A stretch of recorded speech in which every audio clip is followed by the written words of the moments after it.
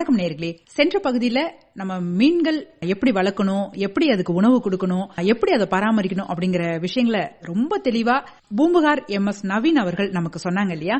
இன்றைக்கும் இது தொடர்பான நிறைய விஷயங்களை சொல்றதுக்காக காத்திருக்கிறாங்க. கேட்போமா? வணக்கம் சார். வணக்கம் மேடம். நீங்க இப்போ இந்த 3 விதமான மீன் மட்டும்தான் நீங்க சொல்லிருக்கீங்க.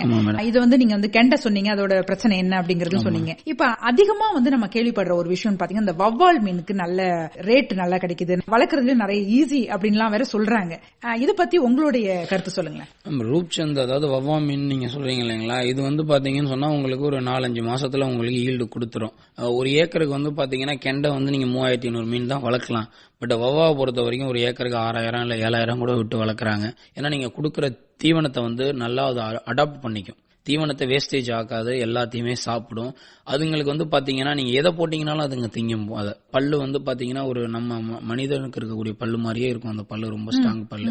அதனால அது எல்லாத்தையுமே சாப்பிடும். அது சாப்பிட்டுட்டு அது growth கொஞ்சம் சீக்கிரம் உங்களுக்கு வளர்ந்து வந்துடும். இப்போ நம்ம 6 மாசம், சில நேரத்துல பாத்தீங்கன்னா கட்லா ரோகல் 1 வருஷம் வச்சிருந்து பொங்கலுக்கும் தீபாவளிக்கும் விற்கிறவங்க எல்லாம் இருக்காங்க. தீபாவளி டைம்ல ஒரு செட்டு விற்பாங்க, பேலன்ஸ் இருக்கிறத பொங்கலுக்கு விற்பாங்க. இதை மாதிரி வித்துட்டு திருப்பி இதை முடிச்சுட்டு திருப்பி மீன் குஞ்சம் விட்டுட்டு திருப்பி அடுத்த தீபாவளிக்கும் பொங்கலுக்கு தான் பிடிச்சி விற்கிற கஸ்டமர்ஸ் நிறைய பேர் இருக்காங்க. சில பேர் என்ன பண்ணுவாங்கன்னா, இதை ப்ராப்பரா பிசினஸா பண்றவங்க எங்களுக்கு ஒரு 4 குட்டை 5 குட்டை வச்சிருக்காங்க அப்படிங்கும் பொழுது பாத்தீங்கன்னா அவங்க ரொட்டீன் பண்ணுவாங்க.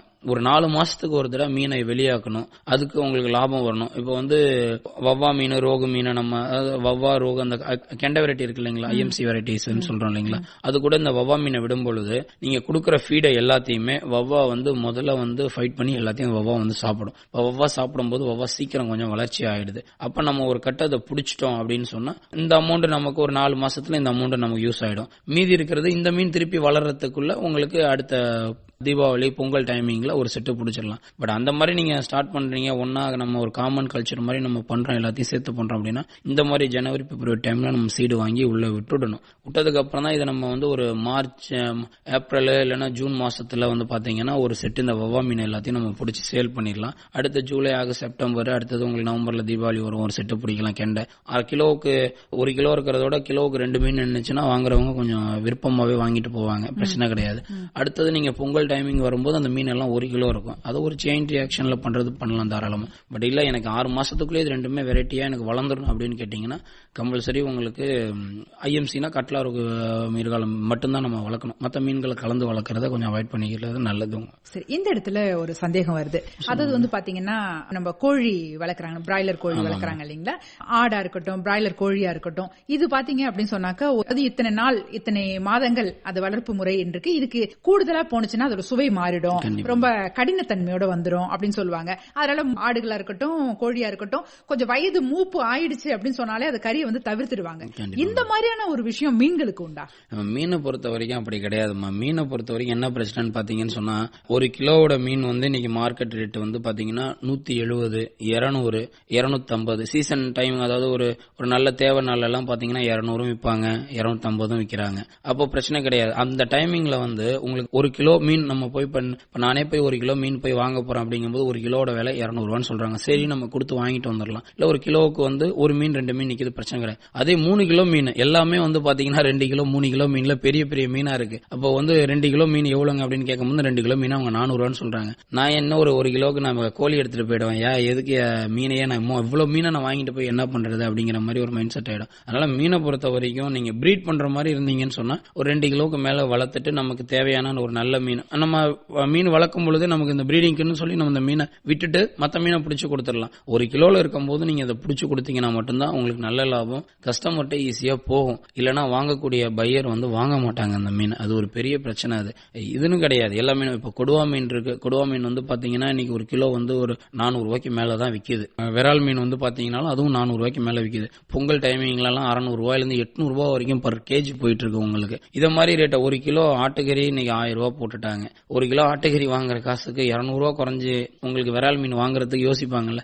மீன் இன்ட்ரெஸ்டா வாங்கி சாப்பிடக்கூடியவங்க சில பேருக்கு விரால் ரொம்ப பிடிக்கும். விரால் பரவாயில்ல 600 ரூபா இல்ல 700 ரூபா இல்ல பரவாயில்ல எனக்கு விரால் கொடு அப்படின்னு சொல்லுவாங்க. வருஷம் முச்சுரும் அதை வாங்கி அவங்களால சாப்பிட முடியாது இல்லைங்களா. உங்களுக்கு ஒரு தேவைத்திட்ட நாள்ல விரால் மீன் கிடைக்குது, அந்த டைமிங்ல வாங்குறது ஓகே. அந்த மாதிரி சீசன்ல தான். மற்ற நேரத்துல ஆட்டுக்கறி வந்து பாத்தீங்கன்னு சொன்னா 750 ரூபா 800 ரூபா போடுறது சீசன் டைம்ல மட்டும் பாத்தீங்கன்னா தீபாவளி அப்பையும் பொங்கல் அப்பையும் 800 ரூபான்னு போட்டுப்பாங்க. ஏன்னா 1000 ரூபா வரைக்கும் விற்கிறாங்க. இப்போ பொங்கலுக்கு 1000 ரூபா விற்கிறாங்க அப்படின்னு சொன்னா வாங்கி தானே ஆகணும்.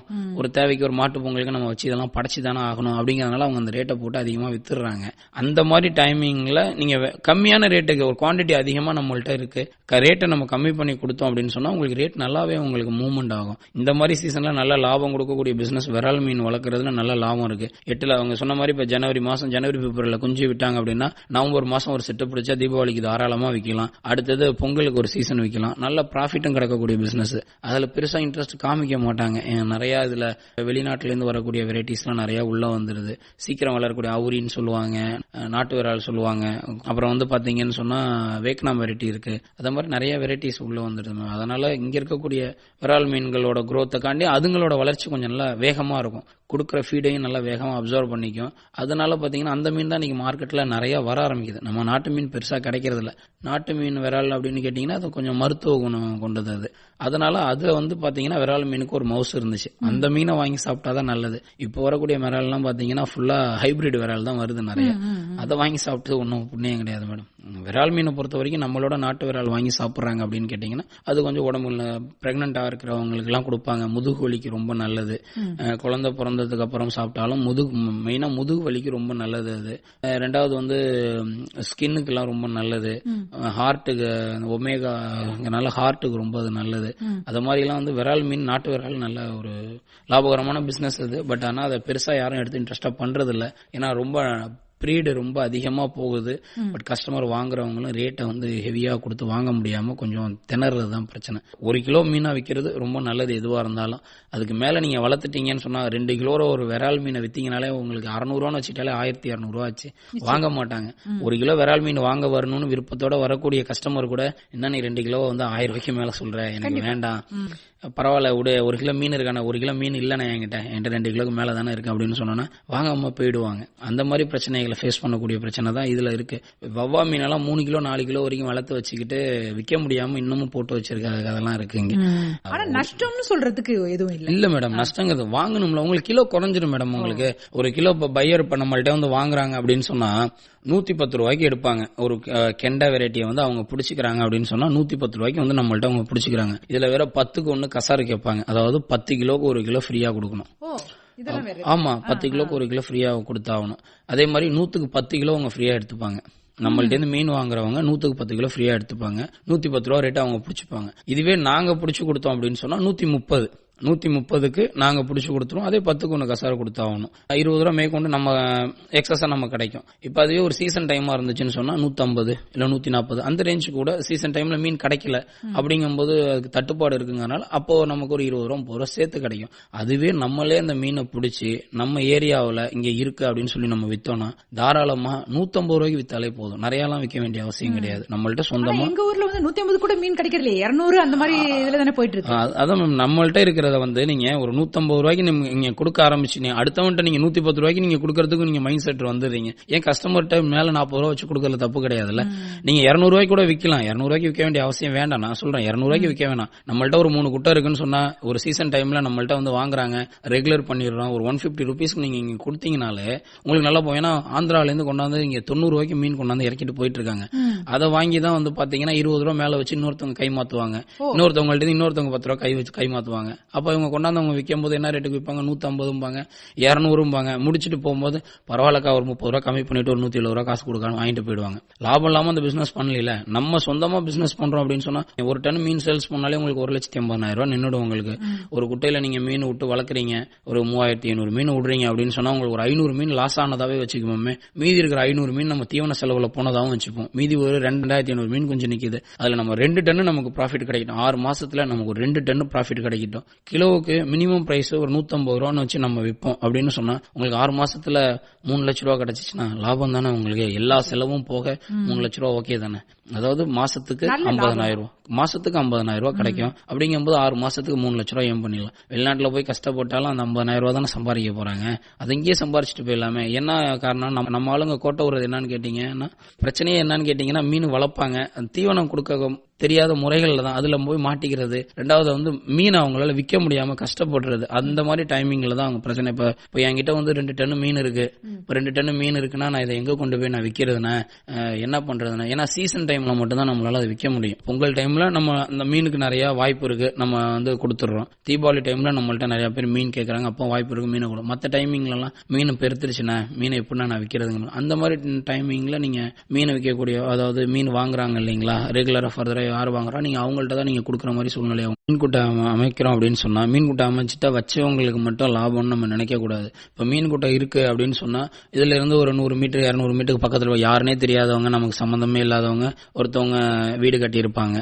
அவங்களோட நீரோட்டம் வந்து மாறி போயிருந்துச்சு, நம்ம நல்ல தண்ணி இந்த இடத்துல நம்ம சேவ் பண்றோம் அப்படின்னு சொன்னா, அவங்களுக்கு ஆட்டோமேட்டிக்கா அந்த இடத்துல நல்ல தண்ணி நீரோட்டம் மாற ஆரம்பிச்சிடும். உங்களுக்கு ஒரு விவசாயத்துக்கு நீர் வேணும், தண்ணி இல்லாம தடுமாறுறோங்கும் போது இதுல இருந்து நம்ம தண்ணி எடுத்துக்கலாம். உங்களுக்கு இப்ப வந்து 10 அடி குட்டை வெட்டி வச்சிருக்கிறவங்க இருக்காங்க. 10 அடி குட்டை வெட்டி வச்சிருக்காங்க. ஏன்னா 10 அடியில குட்டை வச்சிருக்கீங்கன்னா காலு நிலைக்கல, என்ன இவ்வளவு தூரம் எப்படி நான் கோடை நேரத்துல தண்ணி வத்தி போயிடும். வயலு பருத்தி கொள்ளைகளுக்கு தண்ணி வைக்க தண்ணி கிடைக்காது, மோட்டர் ஓடாது. ஏன்னா வெய்ய நேரத்துல போட்டீங்கன்னா உள்ள இருந்து காவியை கிளப்பிட்டு வந்துடும் மோட்டர். அப்படி இந்த மாதிரி நேரத்துல நீங்க மீனோட இந்த தண்ணியை எடுத்து நீங்க இறைக்கும் பொழுது உங்களுக்கு பருத்தியோட வளர்ச்சி நல்லாவும் இருக்கும். உங்களுக்கு அந்த மாதிரி டைமிங்க வந்து நீங்க சரி பண்ணிக்கலாம். அதனால மீன் குட்டையை பொறுத்தும் போது ஒரு ஏரியாவில் ஒரு 10 குட்டை இருந்துச்சு, ஒரு சின்ன ஒரு ஊர்ல ஒரு 10 குட்டை இருக்குன்னு சொன்னா அந்த இடத்துல பெரிய லெவல்ல நிலத்தடி நீர் வந்து வீணா போகாது. நிலத்தடி நீர் நல்லா இருக்கும். பக்கத்துல இருக்கிற மரம் மட்டை செடி கொடிங்க எல்லாமே வந்து உங்களுக்கு இயற்கை ஓட்டமா நல்லா இருக்கும் உங்களுக்கு. அதனால மீன் கூட்டங்கிறது ஊருக்கு வேணும். கவர்மெண்டே வெட்டி கொடுக்குறாங்களா மேம் இப்போ உங்களுக்கு. இது மட்டும் இல்லாம மழை நீரை சேகரிக்கிறதுக்கான ஒரு சோர்ஸ் மேம். கண்டிப்பா மேம், மழைநீரை சேகரிச்சு வைக்கிறதுக்கான இடம் தானே. உங்களுக்கு குட்டைன்னு ஒண்ணு இருந்துச்சுன்னா அதுல வந்து தண்ணி வந்து தேங்கும். அப்படி குட்டை இல்லைன்னா எல்லாம் வாய்க்காலையும் காவாலையும் ஓடி கடல்ல தான் போய் சேரும். அது யாருக்கும் எந்த வகையிலும் புண்ணியமே கிடையாது. இந்த மாதிரி இருக்கும் பொழுது உங்களுக்கு இடம் இருந்துச்சு அப்படின்னு சொன்னா நீங்க டைரக்டா போய் கவர்மெண்ட் தமிழ்நாடு ஃபிஷரிஸ் டிபார்ட்மெண்ட் போயிட்டு இந்த மாதிரி இடம் இருக்குங்க சார், எனக்கு மீன் கூட்டை வெட்டி வேணுங்க சார் அப்படின்னு நீங்க கேக்குறீங்க. அப்படின்னு பட்சத்துல அவங்க உங்களுக்கு என்னென்ன செய்யணும், ஏன்னா அவங்களே ஃப்ரீயா செஞ்சு தராங்க. ₹1 உங்களுக்கு செலவே வராது. உங்களுக்கு கவர்மெண்ட்ல இருந்து மீன்வளத்துறை மூலமாவே வந்து உங்களுக்கு ஸ்கீம்ல வந்து போட்டு மீன் கூட்டை வெட்டி கொடுக்குறாங்க அவங்க.